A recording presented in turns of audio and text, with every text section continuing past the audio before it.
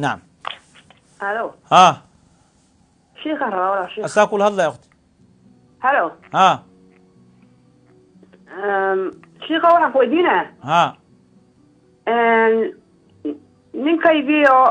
sakhraana ayaanu isqabanay waa gartay Soomaaliya hay dabeetana naag buu guursaday soo sakraan buu naag guursaday isagoo sakhraansan buu naag guursaday waa gartay dabeetana aniguna waan xaaqoon nin baan guursaday hay inta laygu yidhi meerba kuma hayo ninkan sakhraansan adina ma sakraansaneed ma sakraan meen maya ma sakhraansan hay anigu aad baan laakiin una masayro waan xaaqa waa gartay xoolihiina wuu iga qaaday aan tabcay hay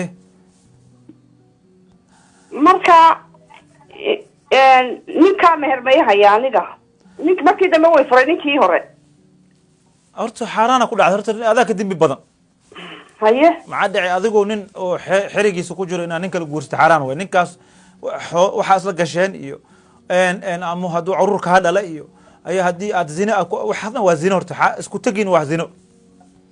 caruurta oo dhalana ninkaad oo sakhraansan oo naagta kala guursada askale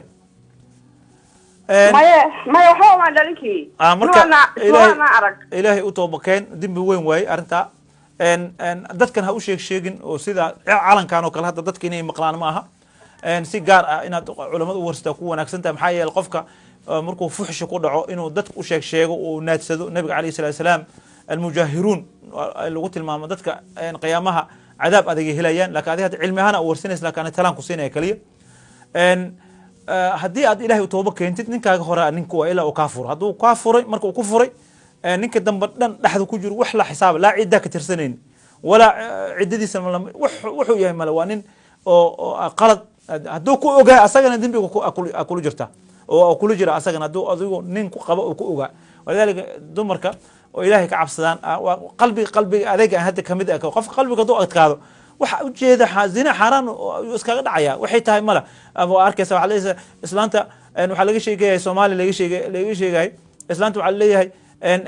Soomaali nin ku qabay Yurub imaanaysa waxay ku leedahay bada ka soo talaaba ninka iska guursanaysa ay diin hada maxaa dhac qalbigeeda jaa qaasi noqday qofkaas waa qalbigeeda qalalay marka hadaba ilaahay hadda su'aal diin ay weydiiso qalbigaaga ilaahay waxa jilciyo waxaan ku leeyahay marka wax ahkaan ka ratameys ninkaas malaha dhaxda kaga jiro ama ninka hore ayaa ah hadduu ku furay alxamdulillah markaas nin kasta waa guursan karta ilaahay u toobakeen naam